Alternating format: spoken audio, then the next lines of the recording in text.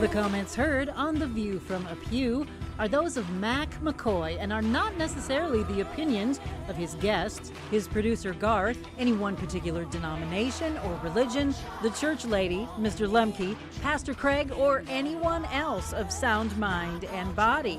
Now, here is today's The View from A Pew, heard all around the world on YouTube. Just search for The View from A Pew. Good morning, good afternoon, and good night. I'm Mac McCoy, and this is The View from A Pew, here live on your favorite local radio station, on 27 podcast sites, thank you, Garth, YouTube, and now for 2024, we also have our own Roku channel, and all you need to do is search for The View from A Pew. All right, my special guests today are the folks from Next 24. It is a ministry which helps you move into the next thing and phase in your life, and it is Sherry and Michael, and they've been attending this 70 times 7 class, and so we've decided that about every week we're going to do the next session here on the radio. If you want a book to watch. Okay, back up. You can watch the videos online for free. It's 70 capital X 7. And you'll see it on your Roku or wherever you search for as 70 capital X 7. So the videos are right there and they're free of charge. Then the books you need to get from them, and they're not expensive. I think they're $10 a piece or whatever. But as in some other Bible studies where they have offered a study guide, and I say, man, we don't need those. You really do on this one. And it really makes a difference that you fill stuff out. So this is one of the shortest sessions in the 8-week sessions or 8-time session. It's one of the shortest, but that's because it's all about steps to follow, forgiving other people. And as much as you might think that's really difficult to do, it's not as difficult as forgiving yourself. And we haven't even gotten to that story or that segment yet. But that's what's the hardest for people, is not to forgive other people, but to forgive themselves. So we start with a story, and you tell that story about the lady. In the World War of the Jewish people, the boom. Corrie ten Boom. Yeah, tell that story, because he told that in the beginning of this. He in the video, he starts out reading a story that Corrie ten Boom had written. And she had been, I believe she was from Holland, but she ended up in a prison camp called Ravenscraft. Yep. And with her little sister, who she absolutely adored her little sister. She talks a little bit descriptively about walking past the piles of bodies, clothing and bodies and shoes, her sister being in front of her, and some of the abuse that they went through at the hands of a particular prison guard.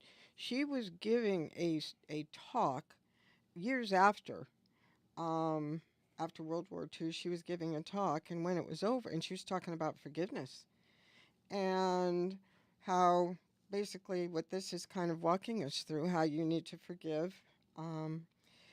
And it was over, and she saw a man in the back walking towards her in a brown trench coat, I believe. And right away, she recognized who he was.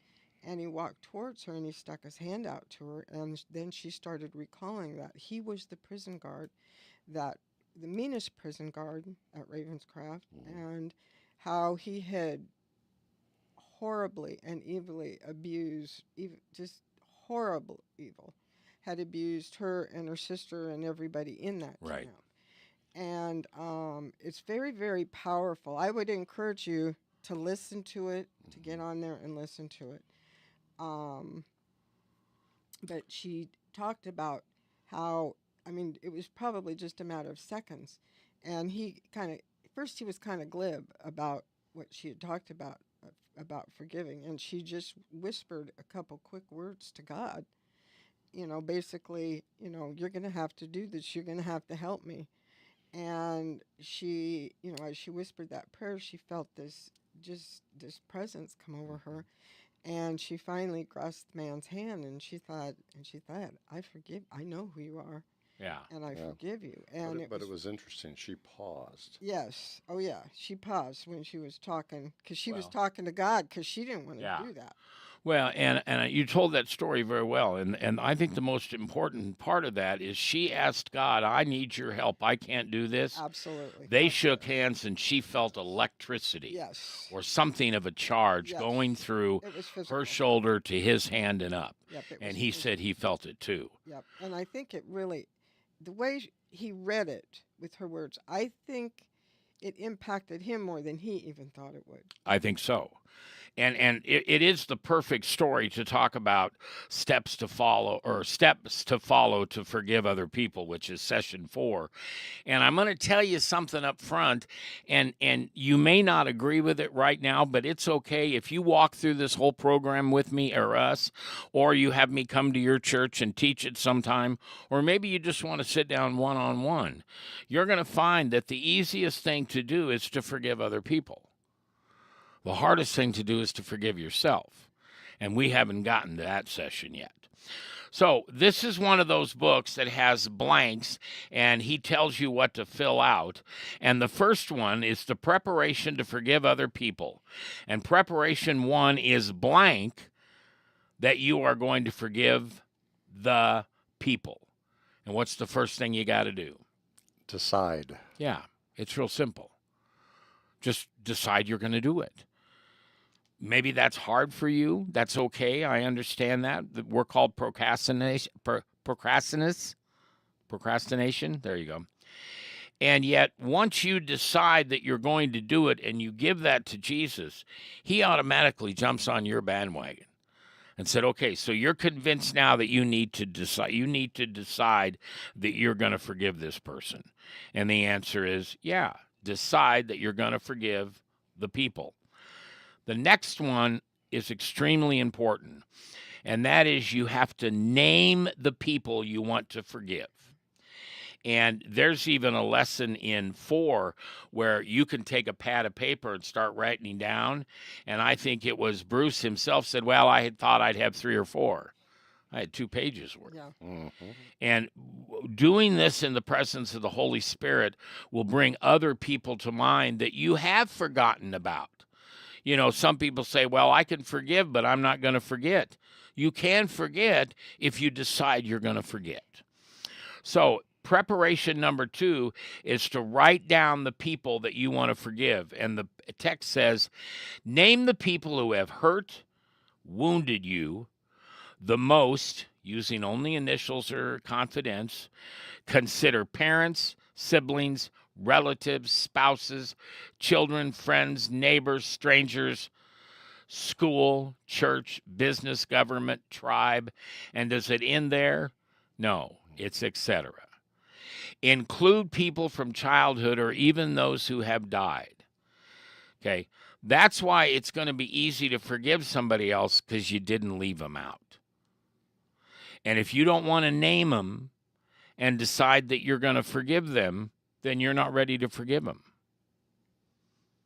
But if you're going to go through all the exercise to forgive A person, B person, C person, why wouldn't you also forgive X, Y, Z? Because it's the same process. And I don't think when we were watching this and reading this, I don't think we realized, some of the entities where we have been hurt and we get angry and where we need forgiveness. The 2 that really struck me was business, business people Yep. you've worked for, but the real big one was people in government. Yep. Yeah. We're going through a difficult time in our nation right now. They want to say this is the most important election of our lives. Well, it probably is, but so was the last one, and so will the next one. Mm-hmm. But if you got to put somebody down who's your senator who didn't call you back, or your congressman who voted against you, or just an overall party, you need to name them. Right. God needs to hear you name them. God knows who it is. God knows your heart. But he's saying, okay, if you want to forgive this person, you decide to do it, you name them, and then forgive specific trespasses and wounds. Mhm. If you want to do just an overall, I forgive that person, that's fine. But we learned here that you pick 2 or 3 people and list everything hurtful, every wound that that person did. Don't evaluate, just decide. Include wounds that were done intentionally and accidentally, physical, emotional, mental, and spiritual.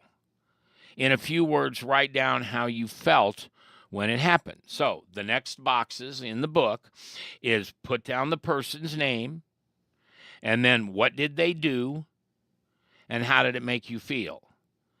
And I tried to do this 10 years ago with someone I was trying to forgive, and I filled in the boxes. But by the end of this session, I also had 2 pages. Mm-hmm. We don't have 2 pages here in the book, but you need to write down that person's name. What did they do? One person for me was abandon and betray me. How did I feel? The same, abandoned and betrayed. So that's important that you do that. All right. Sometimes there's a lot more that you need to list. Do it. This is the time. You got to do it. Don't say, oh, God, you know that I've got to forgive that person. I'm not going to list them. Be lonely. You got to do it. That's God's rules. Well, God, you know who they are. No, God wants you to name them out loud. And the trespasses and the things that they did That's right. to hurt you. That's right. I'm going to jump in. This just came to my mind. I believe this is God. Sometimes it helps to have somebody that you really trust to help you walk through this. Sometimes to verbalize it. I had a spiritual mom since I was 2 till the day she died, and she knew somebody, a major player in my life that I needed to forgive, and I was, and we went up to Minnesota to hear my pastor's wife speak and give her testimony. We were in a hotel room. She said, okay. She said, God spoke to me last week. We're going to do this. I'm like, do what? Okay, you're going to sit there and you're going to pretend like I'm the person you're not forgiving. I'm going to sit on the end of the bed and you're going to talk to me and you're going to walk through this. Yep. No, I'm not. Yep. Yes, you are. She said, I can't do this. She turned the chair around so my back was to her. She goes, okay, now you're not looking at me. She said, you imagine that person in your mind. She said, you just start talking. And I'll tell you what, it was the most powerful thing. Yep.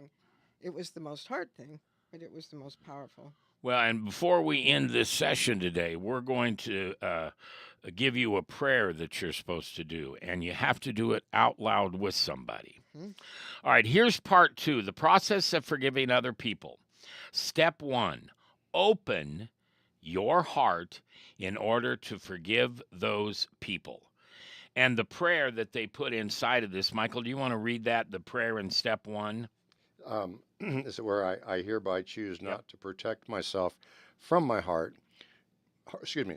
I hereby choose not to protect myself from my heart wounds any longer, but open my heart completely in order to forgive everyone else, set them free, and end all my torment. Now, that used all the important words: wound, open, heart, protect, open again, completely, forgive, and torment. That's all done in those 3 lines. So read that again. Your heart in order to forgive other people. I hereby choose not to protect myself from the heart wounds any longer, but open my heart completely in order to forgive everyone else, to set them free, and end all of my torment. That's powerful. Yeah, and if you're not going to take the time to buy this book, then just play this back a couple of times and write those things down. Now, the next one is equally as important, and I'm going to ask you to go ahead and read what's up at the top here after I get to that point. But step 2 is to give or grant or extend. Now, there's a good word. Extend compassion to each person that you need to forgive. And what's the prayer that goes with that? Grant compassion to the people you're about to forgive and describe your empathy and compassion. Like, I know my parents were under much stress and alcohol made them abusive, or I know they didn't mean to hurt me, or they'd been abused by someone else and were acting out of that pain, or they just lost their job, or their young unmarried daughter is pregnant, etc. And the list, I'm sure, can just go on and on. And that's how you, I think, show your empathy and your compassion, because you recognize that they're walking through junk too. Well, and one of the things I was instructed to do when I went through this 10 years ago, and I put the person down I was trying to forgive, and it said, describe your empathy and compassion. I had to take responsibility for my role in having her, in this case it's a her, divorce us to end our marriage. I had to say, now what did I do here? Because it's not all her fault. I did something too. I was not a Christian when we got married, and when Jesus mugged me 14 years ago,